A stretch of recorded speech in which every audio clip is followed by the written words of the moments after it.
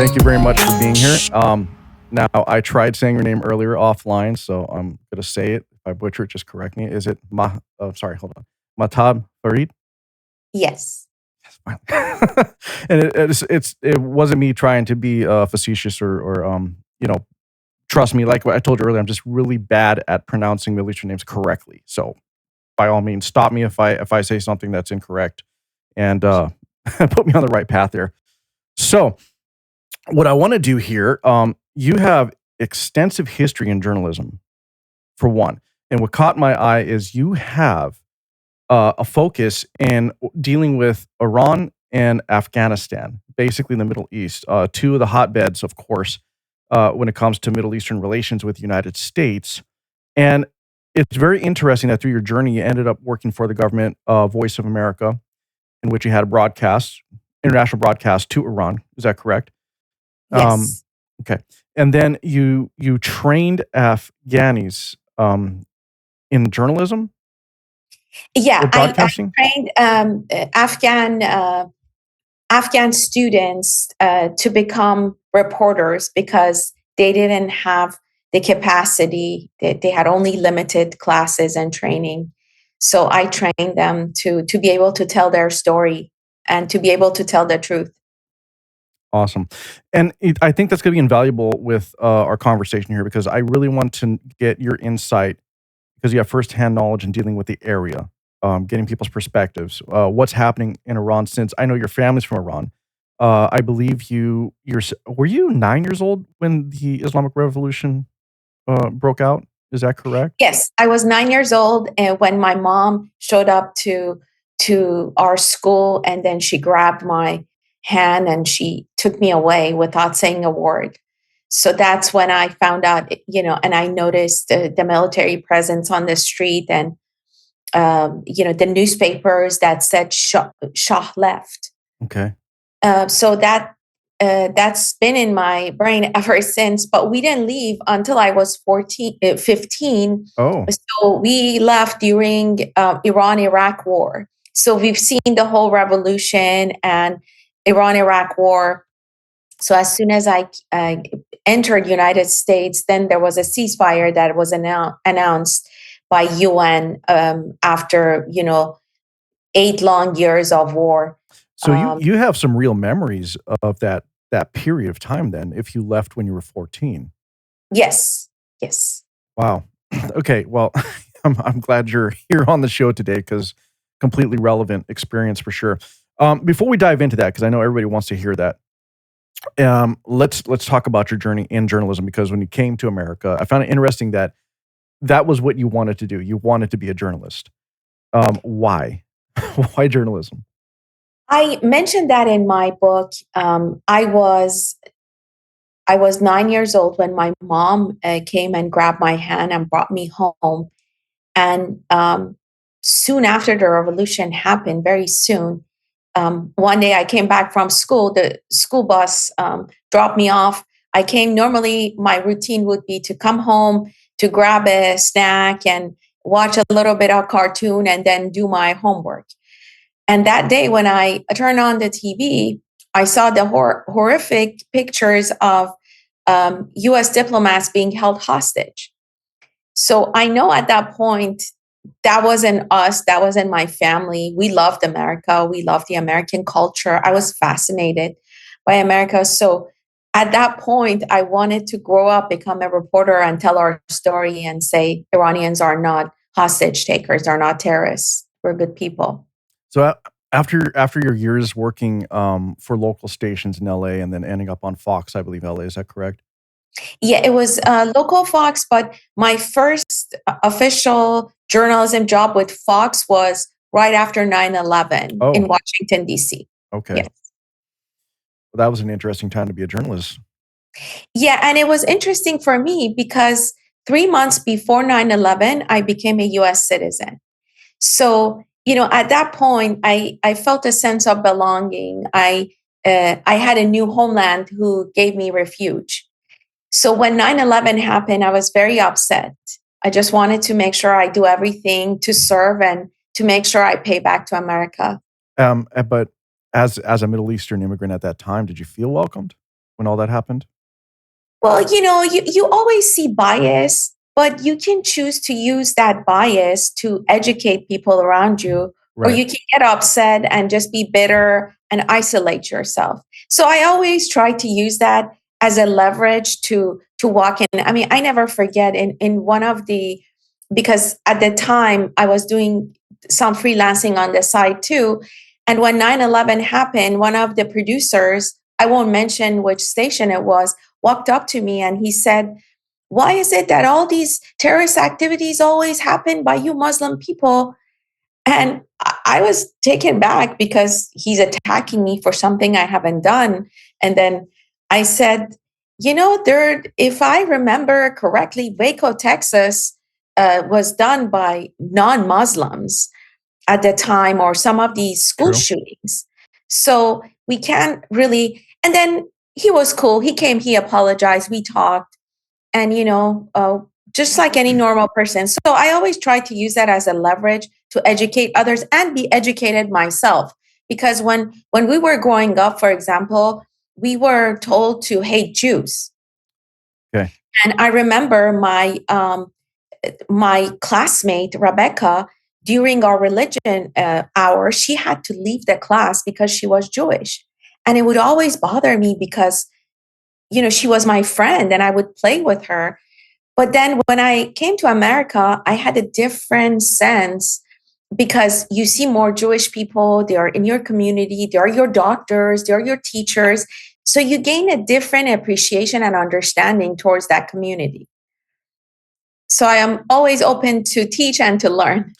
I I wasn't going to, but I think later I do want to question you about that, um walking that fine line here, as people see Muslims a certain way, and then we can talk about Islam because everything that happened with the revolution 78, 79 had to do with the Islamic Revolution, but I think people were fooled into believing that there was going to be this benevolent change of guard, like looking out for the people, best interest of Iran, and then they just dropped the hammer of extreme Islamic ideas. So I would like your insight on that, because I don't know if you heard any of my other stuff, but I've had other people on that talk about Islam in general and its fallacies and its extremism. But maybe you can educate us in another way, like shed some light on that, and maybe we're looking at it the wrong way. Um, I just tell you one thing. Hmm. So there is Islam as a religion and there's Right. Islam as a tradition. I'm not an Islam expert. I call myself U.S. Iran, U.S. Middle East expert on all Okay. the regional countries. But, and I mentioned that in my book, the Islam that I know, I learned from my grandfather. Okay. He was both sides, my grandfather's side, they were devout Muslims, but they gave to their community. They were family men. They loved everyone. They contributed. They were nothing but positive. So they Right. used Islam as a framework to be better men. They use their religion to be better. That's what religion is supposed to do. I mean, whether you are a Christian, a Jewish person, or a Muslim person. So we were never, my parents were not religious. So they never pressed that religion button on us. Hmm. They introduced us to what 98% of the society was at the time, but they never told us that we have to abide by Islam closely. But what I've learned from all that was to be a good person, to give back, not to lie, not to steal, just the normal things that any person that knows God should do.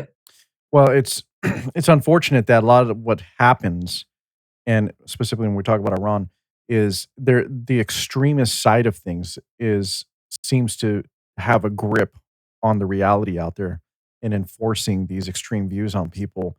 And that's the unfortunate representation, I guess, of Islam, right? And so you grew up seeing it one way because your family, they acted one way in terms of how it was taught and how you're supposed to live. But then all we see on the news is the extreme side of it and how it oppresses people in their lives. And so that's why I wanted to ask you about that, is because you're someone who has a different take on it based on your experience versus what's happening now and what we see around the world. And when the revolution came, like when Reza was exiled, right, the last monarch, and he was exiled. At that time, religion in general, Islam was not like the de facto religion of Iran, right? There is an older religion actually in that area. I mean, that predates Hindi or Hinduism actually. Um, and so I forgot what it's called. Zora. Zoroastrian, yeah. Yes, that's it. Thank you. So it's an area of vast history, knowledge. Like there's so much in that area that just got turned upside down once this revolution happened. And so I just don't want you to feel like I'm trying to get a certain answer out of you that I want to hear. I just really wanted to get your perspective on it because we're always told one thing, we see one thing, but then someone like you has a different idea or perspective on how people live according to that doctrine, for example. I mean, you could take anything extreme, is what I'm getting at. Fortunately, we see Right. more of the extreme. Well, my whole take about the whole thing, that's why it's fascinating that we have this constitution, we have separation of church and state. Mhm. So I think everyone's religion should matter to themselves, and Right. it's the God that's our principal guide. So it's not really necessarily anyone's religion, because if you study all the religions, they all say the same thing: do good, be good, pay Pretty back. much. And I think what happens is when you bring religion into like other decision making. I mean, there are some. I mean, you would argue that yes, it matters. We have to bring that in, but in general, what I've learned was to use that principle guide of knowing God and be that.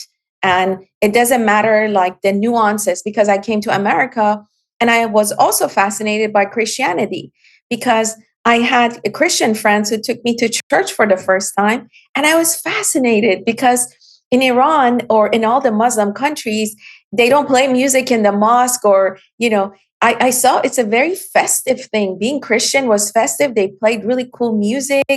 People interacted. Yeah. Girls came to meet other guys to date. I mean, it was a whole social realm. And I loved that how they were forgiving of, like, they pretty much, people do everything and they say Jesus will forgive you. And I said, oh, this is pretty cool. Like, they don't have that judgment on you. So I think there is fascination in every religion, and it all depends on how you're using that information, just like how we use your internet to do good or to do bad. Yeah. So, Well, and what's interesting is, as you said, there's so many parallels between most all the major religions, you know? right. So a lot of them share many stories going back like thousands of years, like thousands of years. But, let's get away from religion. I just wanted to get your insight on that little, Sure. on that, what's going on there in terms of Islam being used as a weapon or a tool really to suppress others. And I know it's not everybody, it's just these extremists that are doing it. Um, Before we get back to Iran, I want to talk about how you served without a uniform. And I believe that led you to Afghanistan. Is that correct? Yeah. This is my book, Serving Without a Right. Uniform. So I told you when 9/11 happened, I felt a sense of responsibility to pay back to America, because my new homeland was attacked. So when civilian surge opportunity opened up, I volunteered to go to Afghanistan. So I was with State Department, but we were embedded with the military to go on missions. So I went to over like almost 50 missions, humanitarian missions with the military in eastern provinces of Afghanistan. So I named that Serving Without a Uniform, meaning you don't have to be a soldier to serve. You could serve in so many ways, starting from your local communities.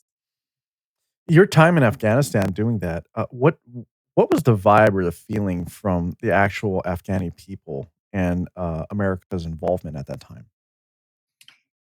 Not very positive for sure. So, um, because I spoke Dari and Farsi fluently, I could speak with them. And I remember in one of my classes, they were very unpolite to our military. And I grabbed one of my students. I said, why are you so hostile to him? He goes, because he's here to take my religion away. Uh, And I said, no, he's not. And he actually prays before he eats, and he prays before he goes to bed. They're not here. They're here to help you. He's also a father and a teacher back home. He was a National Guard. And he was just shocked. And then he started talking to him. And then he gave him a hug when they were saying goodbye. So it was very negative. I mean, there was a lot of negative propaganda. And of course, lack of telling the story, both by our major news networks and some of the other. So the NATO reporters, anyone who came to Afghanistan, they were there to report on blasts, on explosions, on deaths and casualties. Right. There was also they sensationalized it, right? Absolutely. Reconstruction efforts. I mentioned, one of the military actually in this, it was Major Rosie, who was a medic nurse, and he would, treat these Afghan kids.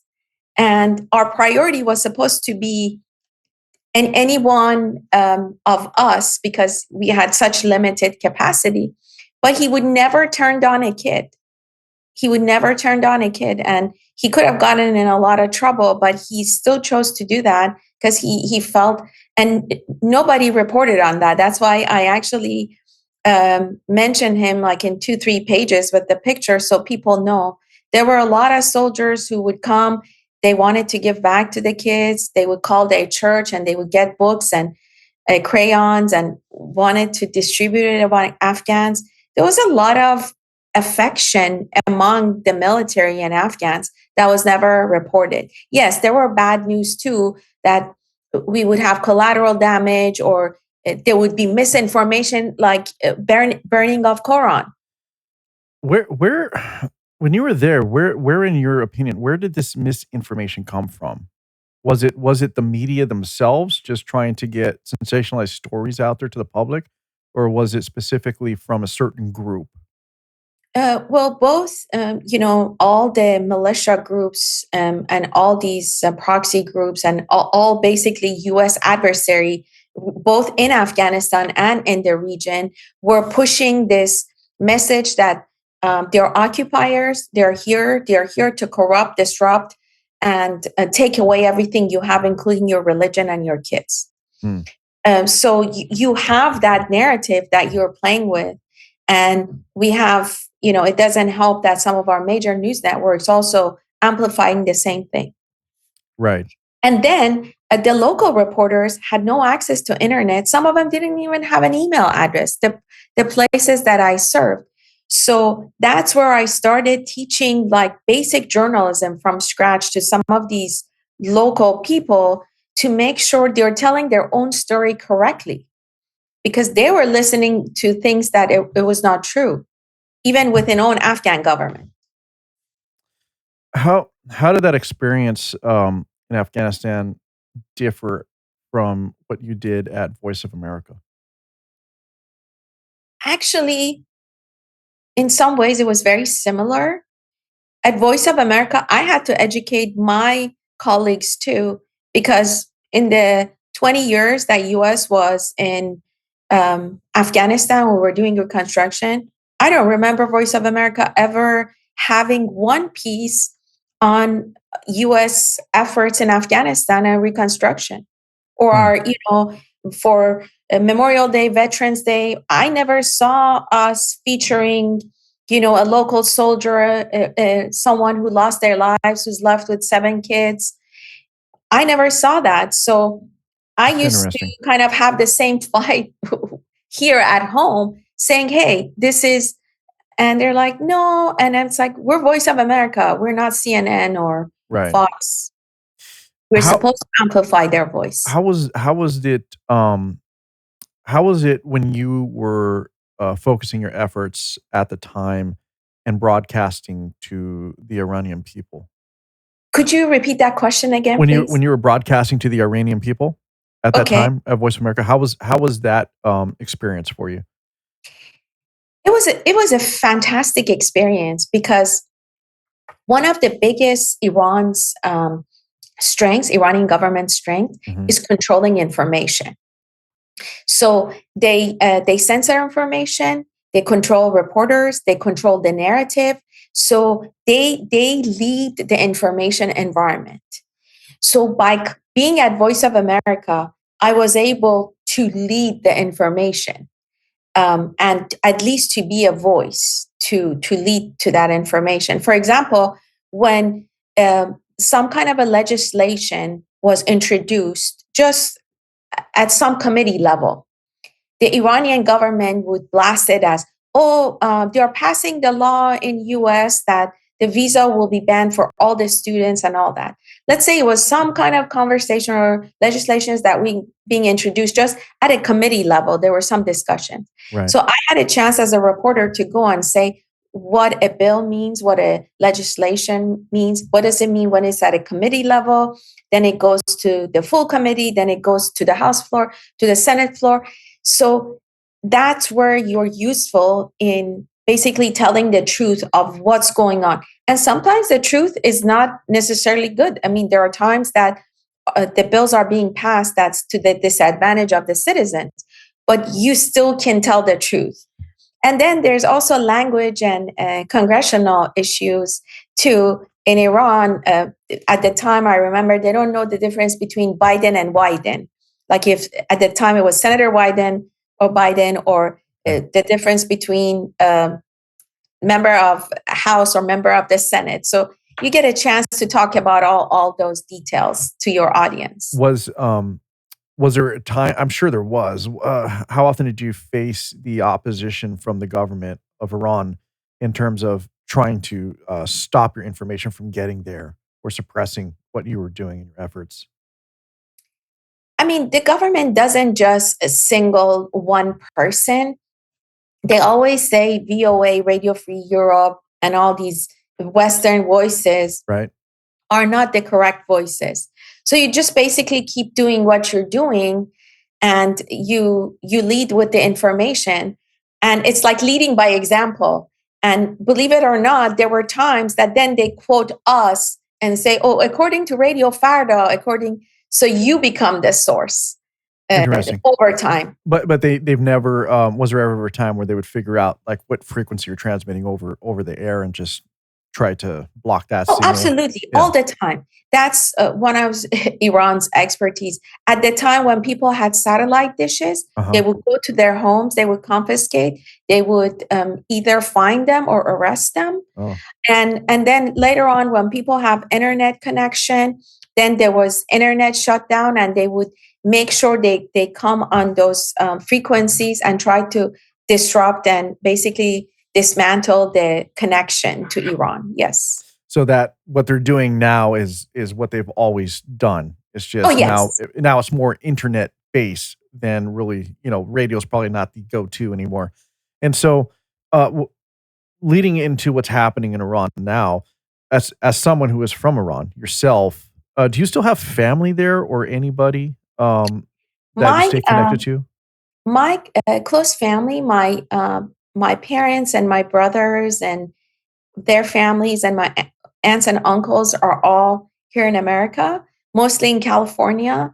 I have like 4 cousins and friends, but I haven't been in touch for many years with them. Yes. Understood. So what's happening in Iran, being your whole family is from Iran, what is your opinion or what do you know about what's happening now? Like what is actually leading to what we're seeing now with what's being labeled as the Iranian uprising? Because a lot of people think this is new, and it's not new. It just seemed to fester and get to the point where like the volcano just exploded. What can you offer in terms of your insight and your knowledge into what's happening at this moment? George, that's an excellent point that you mentioned, and I wanted to mention that. What you see on TV, it's been happening for over 4 decades to the Iranian people, this suppression. So we had a series of these movements in 1999, in 2009, in recent years. And if you remember, when U.S. eliminated Soleimani in 2019, there were people who came on the street and they were celebrating. Right. So they've been going through this, and then there was this recent movement on women life freedom that you saw like dozens of hundreds of girls were injured and were shot at and were killed, and there were some in prison and some that came out and killed themselves because of what happened in prison. So the world is just watching all of this, but this has been happening for over 40 years, and the international community has been looking the other way. I'm not here on your show as a human rights activist, but as a human being and as a U.S. citizen with ties, cultural ties to Iran. It really breaks my heart that everyone was talking about Ukraine, and all of this that was going on for years and years in Iran was not getting any coverage. And it feels like we tend to care for one than other, or everybody is now blaming President Trump for not taking the military action. I'm just like, how come NATO is not paying attention? How come the regional Muslim countries who are our supposed allies are not stepping up to the plate, and they're confronting Iran, saying, hey, you're my neighbor, you have the same religion. This is not cool. How you're treating your people, it's not cool. So it looks like all the blames and all the actions should be on America. And whatever we do, we can never win. If we go in, I remember back then in some of the interactions, I used to mention that, in my opinion, I don't think without the military action, this could ever be resolved, like many, many years ago. And everyone called me a warmonger. You're trying to, and I was like, Right. no, I'm just telling you how this is. And all those people who were fighting me, calling me a warmonger, now they are like protesting every week in front of the White House, wanting President Obama to launch an attack. And I really, really hope we can resolve this in a non-kinetic way. Yeah, and what's different now though? I mean, the people have risen up, and let's just be honest, we're about 2 generations or so removed from the monarchy. Okay. Many people there don't know any different other than what they've been born into, right? In that Absolutely. system. But so what's different now? What has led to people, in your opinion, coming together and actually rising up against the oppressive government or the oppressive regime? They've been doing uprising for a long time. Right, For but now it's but it's it's a but whole right different now, level, right? we're seeing a lot more because right now it's impacting the economy, the environment, the everyday life, and it's just getting worse and worse. So there is, especially after that 12-day war, Iran's situation got worse because Iran realized all the spies that were living in the country. So they started disrupting all the major internet, and a lot of jobs were dismantled after that. For example, Uber in Iran, they call it Snap. They can't work because the navigation system is shut down after what Right. happened on that 12-day war. So, a combination of suppression, economy, you can't feed your kids. You can, there's bad weather. The environment is so bad. The pollution is so bad. In some days, the government or the news will announce that if you're over 70 years old, you shouldn't leave the house because there's so much pollution in the air. I mean, and then there are sanctions on Iran. There are medical sanctions on Iran. Mm. People cannot get all the medication they need. For example, cancer patients have a hard time getting their chemo. So you can just imagine they have every pressure from every field being pressed on them. So there is a breaking pressure point. Right. It's just some are saying that this is timely. Some are asking, like I know there's always been an opposition. There's always been some kind of an uprising, but it's gotten to the point where it's thousands of people coming together. And it's very public. Unlike before, like you said, it didn't get a lot of attention, but this is different because I think it got so big that they can't not notice. And it took a little while though. Most media outlets weren't really reporting on it. Most of what we're getting is what we're seeing on social media. And it finally got big enough and enough attention to where now people are starting to report on it, which is ridiculous to me. And it seems like the regime is about to fall. Everybody thinks it's going to fall soon. We have no idea. Khomeini has nowhere to go. apparently, no country wants to give him refuge, as of And I'm now, sorry anyway. to correct you. It's a common mistake. Khomeini was the Islamic Republic leader. Mhm. It's Khamenei, How many? Okay. and they're very close. No, you Sorry. can correct me. Like I said, I always I mispronounce these things. But he has nowhere to go, right? No one's gonna offer him, sanctuary, for example. France said no. Other countries have said no. And here we are with something that is no longer being able to be contained. And so it's interesting, as you were saying, how they would suppress information by controlling the internet and whatnot. And it's what's interesting to me is they've done that. They've been, I forgot how many days now, 20 something days? Yeah, well, the internet disconnect started from January 8th. Okay. It's been over a week without internet connection. For the But internet. yeah, Okay. the protests have been going on for like 3 weeks now. Right. Like, The protests have been going on for a while. So the internet's been down for a week. How is information getting out there? Because I'm it's assuming they would be controlling even cell phone towers. Yeah, it's not. And but some of these nonprofit organization and some of these human rights organizations like Amnesty International does amazing reporting on what's going on. So they have people inside Iran and they have ways to communicate those conversations. And if you go to Amnesty International, you see a lot of documented cases. And now actually Amnesty was proposing that this case should be brought to UN and it should be confronted because this is a human rights issues and all the killings and the injuries and the way it's going on against against a population that's unarmed. So you find a lot of documented cases. Right. But we're seeing videos, right, of what's happening. So it's like, is it getting snuck out? Is it Well, there was Starlinks that Starlinks right? works in some parts of Iran, and there are also people who left the country. They were like passengers, they were visitors who Exactly. brought some of that. But if you notice during those few days, there was nothing from Iran, and some of those protests you were seeing, they were like dated back to before the internet. So those few days we still yet have to see. I'm sure people filmed it, but they weren't able to get it out. But we're gonna see a lot more horror videos Okay, once. so the reason I was going that direction with everything is, for one, the information was suppressed. People are still getting information out there, and at some point, you know, let's see, what was I going to say here? At some point, people are starting to question whether what we were seeing was actually real or just propaganda. So, being that the information has been controlled, a lot of people were saying that what we were seeing in the beginning. I mean, now it's different. I think it's got to the point where you can't question it. But in the beginning, people were saying it was propaganda.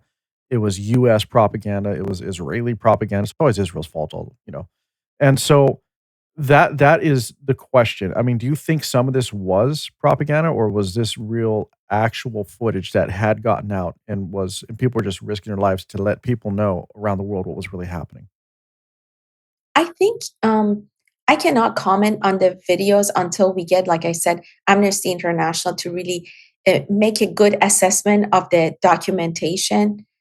I can say definitely there are genuine concerns that people are being killed on the streets Right. because they just want to do what they want to do for basic human rights.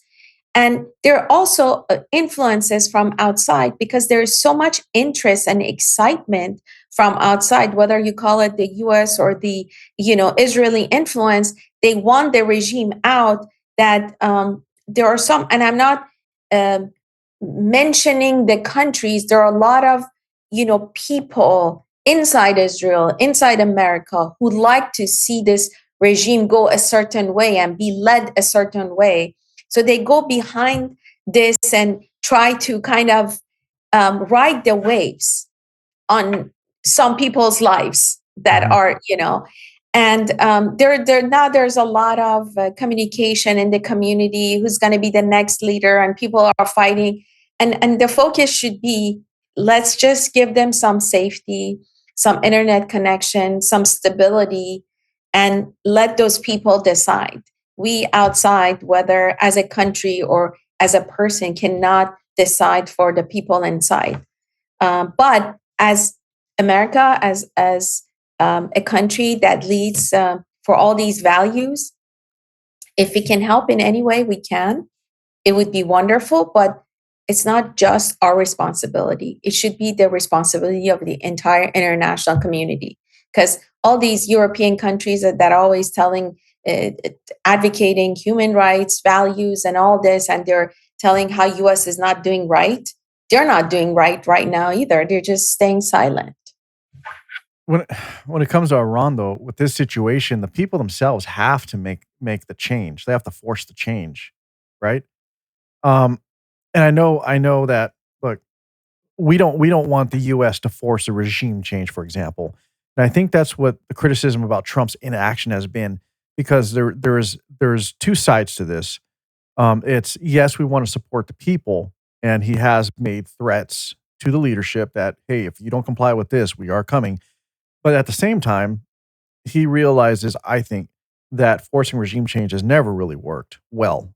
And who's next, right? Is it Reza's son? Is he really? I mean, going back to a monarchy in Iran, is that where they need to go, or do they need to go to a democratic system?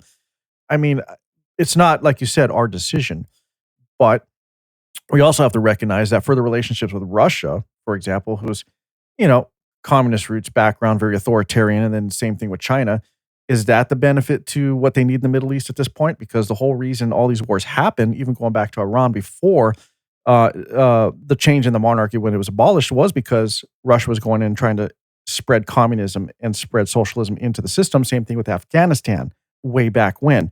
And a lot of people don't even know that. They just think, oh, all this started because the U.S. got involved. No, we got involved because Russia was encroaching and pushing communism and trying to create these relationships to control the region. So, with that being said, is like, what should the U.S. do? In your opinion, I know I'm not trying to put you spot, but what do you think? Because you have a lot of experience in the area. You have a lot of experience in dealing with the people. So what do you think would be the best play at this point? Like, how can we actually offer support without further endangering the people and causing another situation? I think, in my opinion, um, observing the last 20 years, like on US Iran relations every day, President Trump has been the only president who had made a decision to start like some kind of a policy towards Iran. We never had a decisive policy towards Iran. So during Obama administration, they said we want to do engagement. And they did 8 years of, basically uh, wasting time, wasting people's emotions, because Iranians were so excited when Kerry was talking to Zarif. They thought they were going to have a reform country without bloodshed. But it wasn't true, because the hardliners and the reformers were two different camps, and the hardliners always lead because the Ayatollah goes above the constitution. So he has a veto power even over the Iran's constitution. Okay. So first of all, for both administration, even during Bush, they talked about, if you stop enriching uranium, I remember Condoleezza Rice, we will come and talk to you. Then it was Obama, let's talk to each other. And then they talked endlessly to each other. And then they gave them billions of dollars of the frozen asset, which strengthened them to get stronger with all the proxies in Lebanon, in Iraq, and in Syria. And then fast forward to Trump. I think the single best foreign policy any US president has done in the past 40 years was elimination of Soleimani. Up till today, Iran has been spinning, trying to replace someone. He was not only a force in Iran, he was a force in the region. He was an accelerated force to excite young people to become the next generation militia group. I mean, there are pictures of these young people treating him like a rock star, taking selfies with Soleimani. So he had that kind of a power. He was able to go get money even fight for money from Ayatollah directly, bypassing the foreign minister. And they had their own logistics, their airlines, and they did a lot of work, not only in Iran, but a lot of damage to us regionally. So that U.S. strategic point, taking him out on that mission, I think it was a huge mission.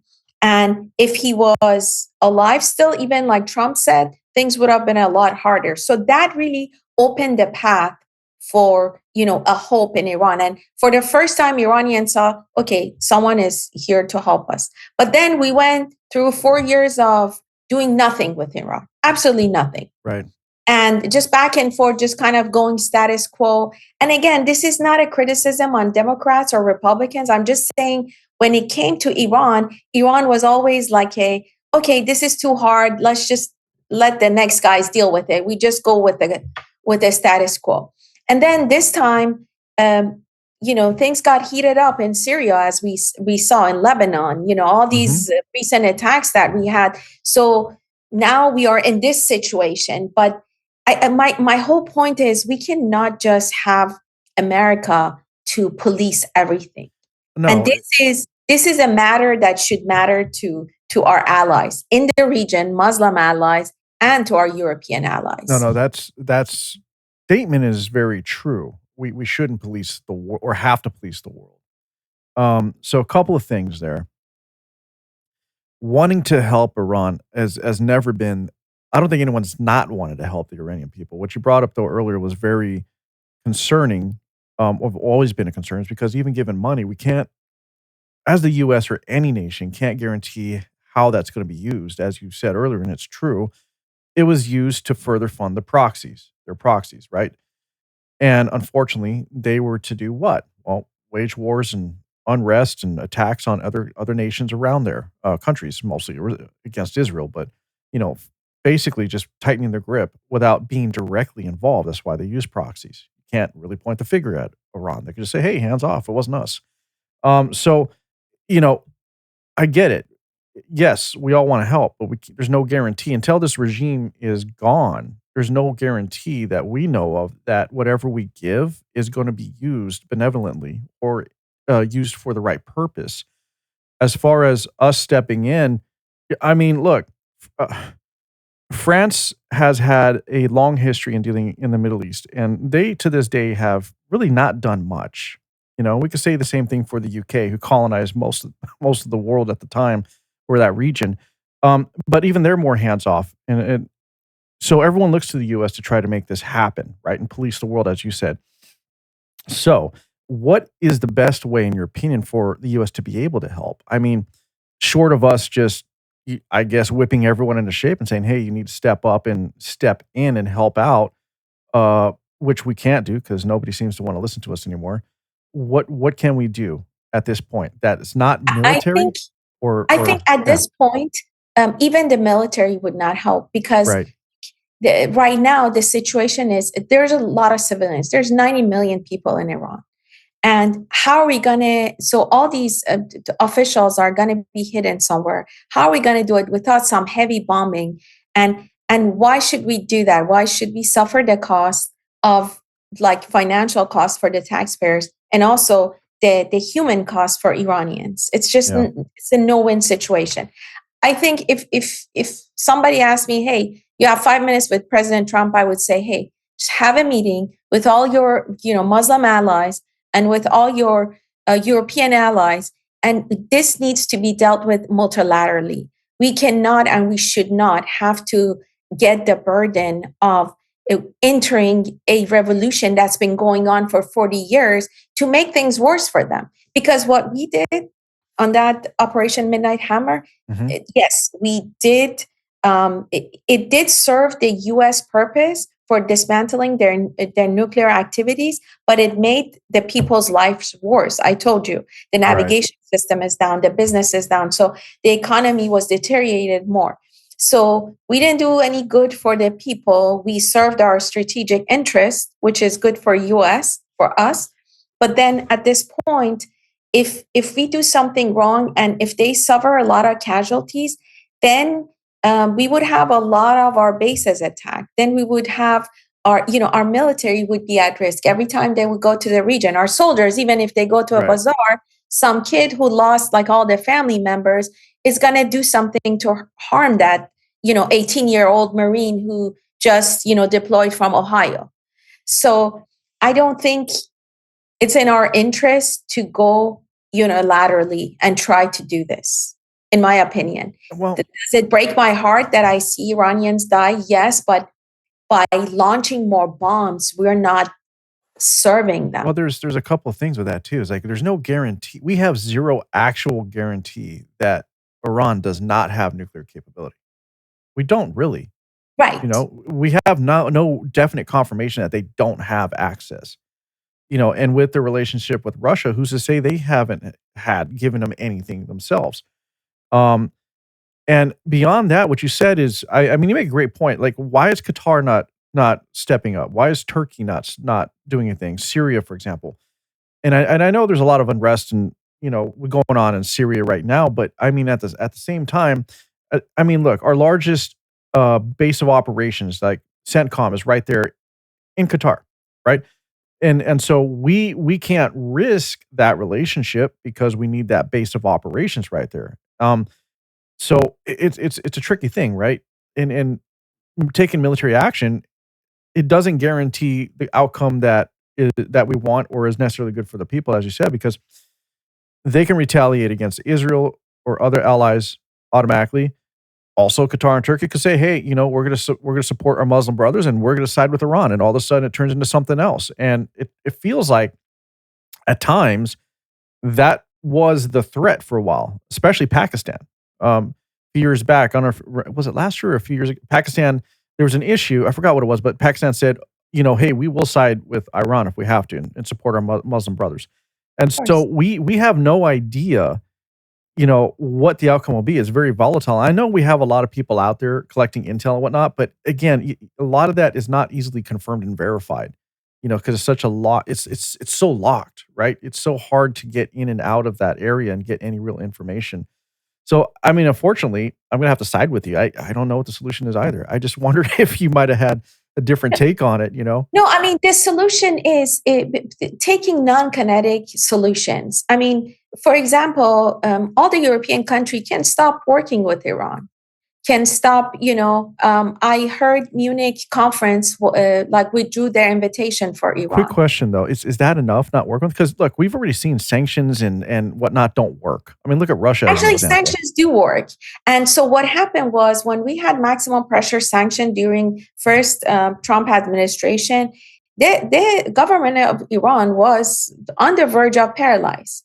So, and then when we got 4 years of, change of policy again, then things were more relaxed. But sanctions do work, and they have been instrumental in curbing their money.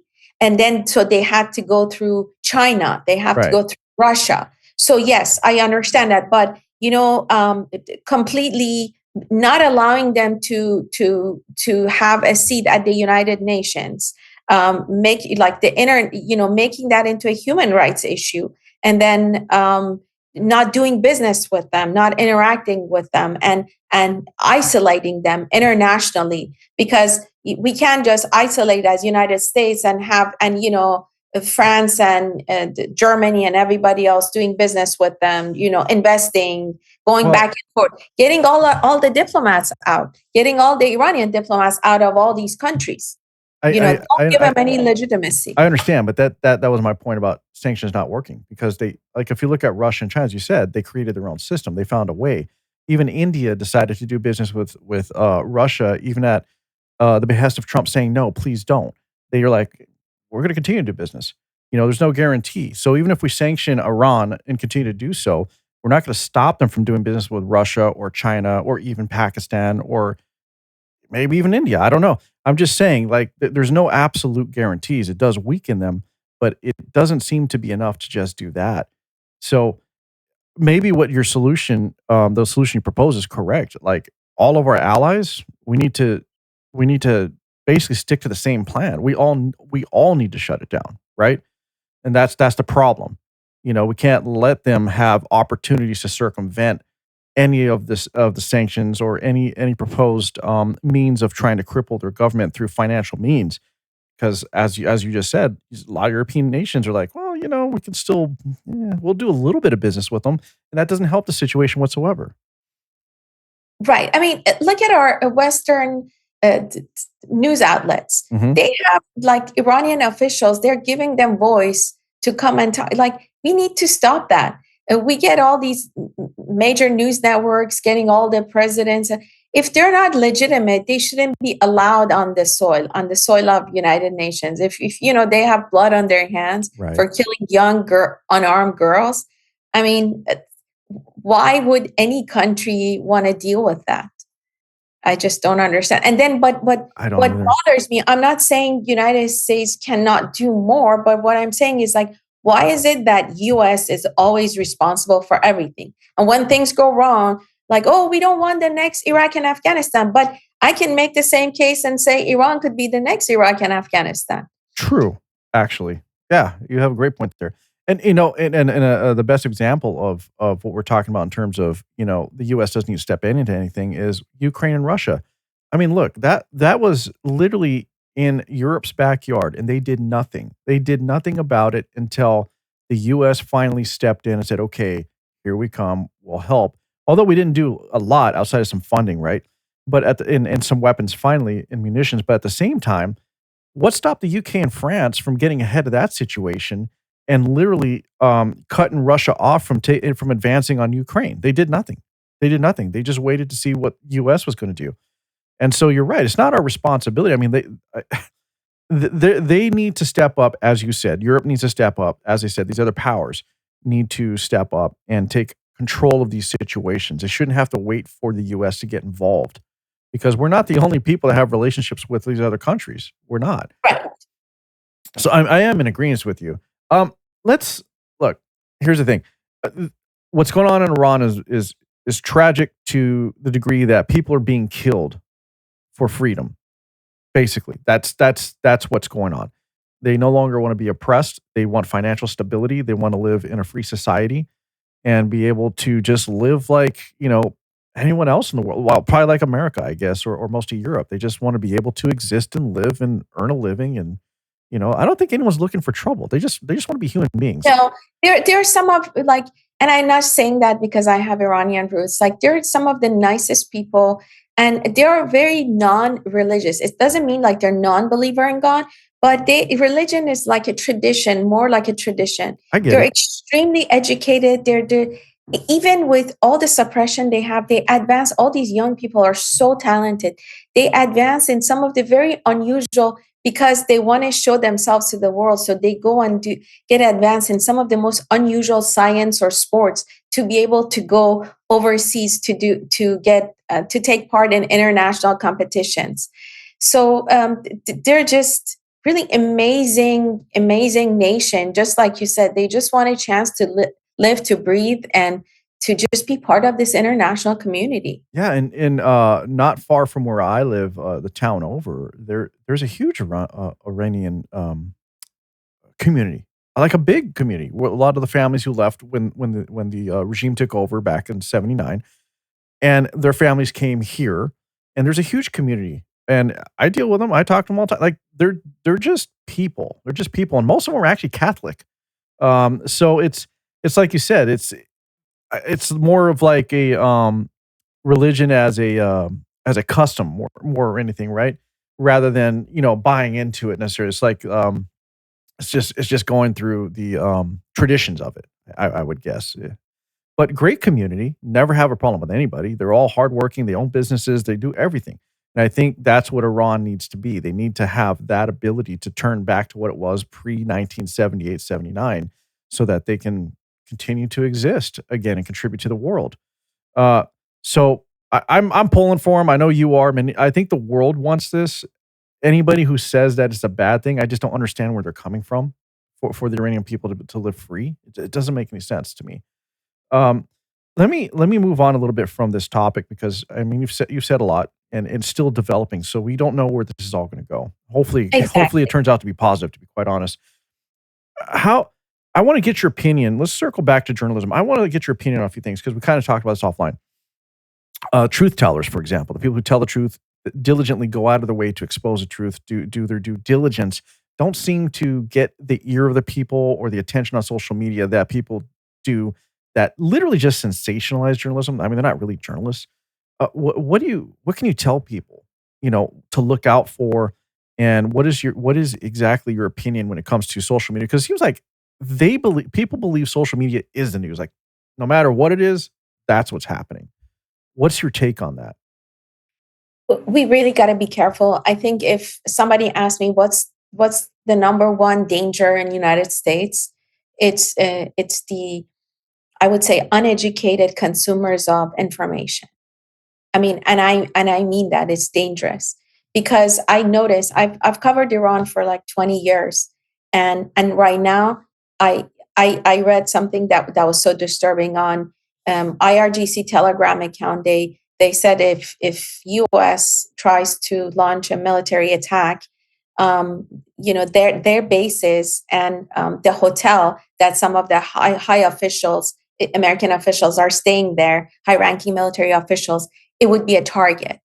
So I saw many so-called high reputation news outlets saying Iran is um, threatening U.S. bases in the region and the hotel that the military officials are staying, without mentioning, said, if you attack us. Right. I'm not defending Iran's position, but this is a very dangerous practice in journalism where you don't fully say the full sentence. It's curating the Because message.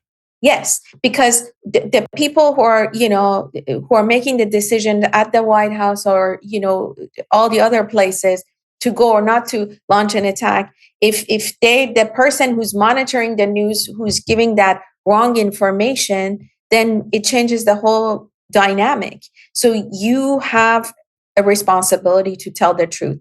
And it's bad now. A person gets to repost that. So you get all these reposts of something that's half true. So that's just one example. How But frustrating is it for someone like you with actual journalistic integrity who has been doing this for so long to for example, if you put something out that's true, it's almost like you don't get the same traction as some other sensationalized, um, internet star or whatever. And it's like you said, they're just curating the message. They're taking these clips and these cuts from video in a specific manner and way just to get eyeballs, and then people take just that clip as the facts and the whole story. And it's like, this is one of my sayings I always say. I always tell everyone, I say it on my show all the time, people live on the surface of information. It's all about the headline. They don't want to go further. And I think, I completely agree with you, by the way. It's uneducation, but also the lack of wanting to go and know more about it. Like digging down deeper and saying, okay, for example, Iran's going to attack the U.S. Okay.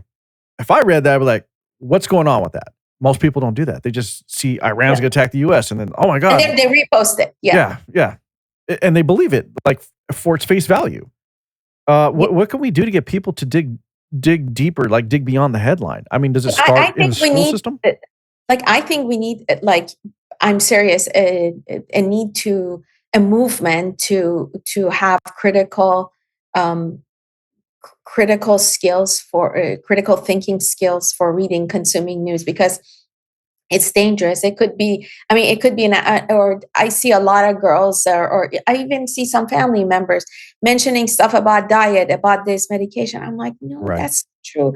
I mean, if you see, there's a lot of, there's a lot of pharmaceutical stuff behind it, and they've gotten so good right now. The information operation has been so good right now. If, let's say, you're a lawmaker or you're some kind of a lobby group, not all, I mean, Iran did this for many years. They still do it, and there are reports of it. So Iran went to all these different countries in Venezuela, in Iraq, in Afghanistan. They hire local reporters to push their own propaganda. So you hear in Venezuela, I mean, some of the press TV, the Venezuela sections, and like in Iraq, in Afghanistan, they're so popular because you hear that in your own local accent and Right. language. So the same thing is happening in America. If a think tank likes something, if they want to, let's say, push for abortion or not, no abortion, or like push for Obamacare or not Obamacare, so they go and talk to a lot of reporters who are aligned thinkers of pro-abortion or anti-abortion. Oh, according to such and such this, there's been that many abortion or lack of abortion. But if you like look back, it's very strategic because Oh, they're of course. trying like academically to push an agenda. And then you're like, oh, everyone was reporting about it. Because yeah, and then you get people, like-minded people, to retweet, repost. So yeah, it's very dangerous. Like I say to everyone, just please be critical Yeah, I thinkers, mean, readers. and it's basically it's literally the case of if you control the narrative, you control the opinions, you control the minds of others, and that's what's going on in the media. And money talks. I'm sorry, but that's just it. I mean, that's why a lot of these true independent journalists aren't getting out there because they can't fight the money that this big media have to keep pushing their crap all over the place, and so that's Right. all they see. So that also helps. It's like just if you're just flooding that zone with misinformation, that's all you're going to see. Like even on Google, whatever you want to do in search, it's like those are going to keep popping up versus people are telling the truth because you just can't compete with that. It's like you can't drink out of a fire hose, right? And Right. if all you get out of that fire hose is misinformation, eventually that's what you're going to start believing, unfortunately. But Very true. ask you a question though. How does a person like yourself, for example, who gets into journalism to tell the truth, how does someone newer coming up into this that wants to do what you do, for example, how do we keep them from taking that temptation of sensationalizing so that they can get the attention they want on social media? Like, what can you tell someone who is trying to get into this to stay on the path of telling the truth and not be veered over to just taking the money or the likes and clicks? It's kind of inevitable, and I see it more and more. Um, People not being able to survive it, like you say, and Mm, eventually they either isolate themselves or I mean, I isolated myself after a while. I went and did teaching, and I got my master's, and I went into research world for a while because, like you said, I couldn't keep up, and I was getting smacked from all sides too. Like nobody at that point, nobody likes you because you're, like you said, you're just telling the truth, and right. that's all you're saying, and like you're asking a question. So why should we sign for this bill, or why should I vote for you, or True. and if you say something negative, then you're anti-Christian, anti-Muslim, anti-Jewish, then you Anti get hate everything. from Muslims. And I used to get hate from all these groups, and it's like I'm none of the above, and I'm all of the above to you because, and I even had people, you're not, you shouldn't just promote America. You're Iranian. I'm like, no, I'm a US citizen. And I swore to be a good citizen. And I'm a US citizen. US is my first national interest now, not Iran, And I know I'm going to get a lot of hate for saying that right now. But, Yeah. it doesn't mean I don't care. But, you got to be honest. And those people that are not honest, they're not doing us any favors. Ooh, it's tricky, right? Right. It's tricky. Um, I can keep going if you want, but let's let's talk about your book because I do want to let people know about that because your journey is interesting. You've only given us a little bit, by the way, and it's only because the conversation wasn't primarily about your journey, but you did give us a lot already. You know what you did working for the government in Afghanistan, where you're working for Voice of America. You know, becoming a journalist, starting in LA, etc. Can you tell us more about where people can get your book to read about your story? Sure. My book, Serving Without a Uniform, Reporting Truth in Defense of Freedom, it's on Amazon, and you can get a Kindle copy or you can get a hard copy. Basically, I talk about my fight to tell the truth. And, you shouldn't give up. And while there's so much opposition, but there's also a lot of people who you meet that are going to side with you and going to help you. And I talk about that. It also gives a lot of voice to our military members who served like all these wars. We never talk about them. That they truly serve. And what I mentioned, the reason I was pausing for that launching military attack, because the opening of my book, it's a tribute to a Marine who wrote a letter to his mom before he was killed in Helmand, Afghanistan. He was 22, had several combat tours, and he talks about, like, the letter talks about the purity of his intention. So when you read this and a 22-year-old goes and dies, we're responsible for what he has done. And when every time we make a decision, we have to remember these guys. I remember one of our Major General Campbell, actually, he had a pocket right here. He had a list of all the soldiers who was killed as he was a general. So he said, this I carry with me all the time. Every time we're making a major decision, I open this, I look at my list, and I show other people, these are not just names. These are the people that I carry with me. So I think those are some of the human aspects of it that when we get so emotional, we don't look at both ways. So we need to, I talk about how being more fact-based and basically, not giving up in world and being a good immigrant and paying back to America and helping other people and just being part of the community. I mean, it's an easy read. It's just my story, hopefully to inspire others and bring some hope to this dark world. Right. My nephew is a Marine, so what you said is true. It's like they make the decision for all the right reasons, and they want to defend this great nation or this way of life. And unfortunately, they're not making decisions on why they're there or what they're doing. And I've often said, it's like, why can't we just get these world leaders to fight in the ring and they can battle it out instead of using, all of our young people as pawns? It's just ridiculous that because a government has a disagreement, or a world leader has a disagreement with another, all of a sudden it's like, send the troops. It's like, no, how about you guys fight it out? Let's see what happens. Right.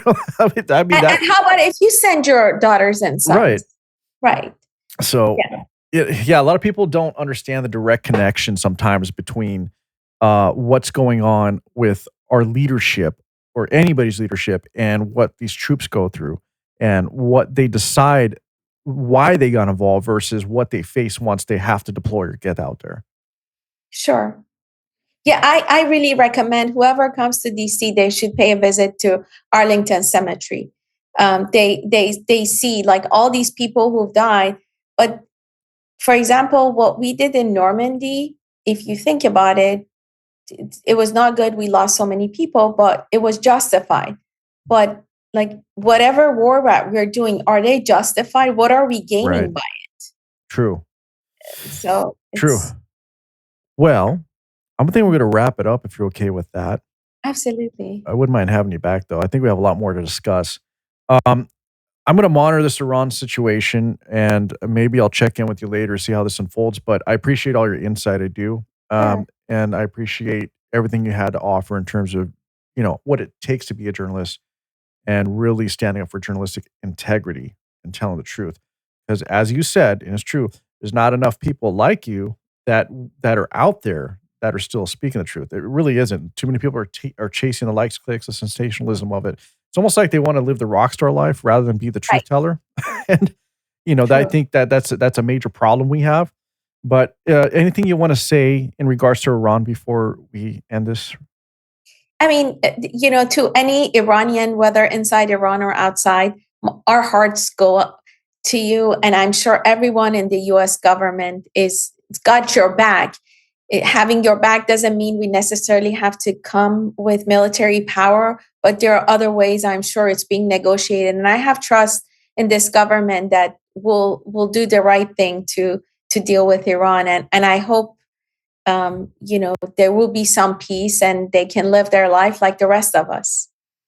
It would be my wish.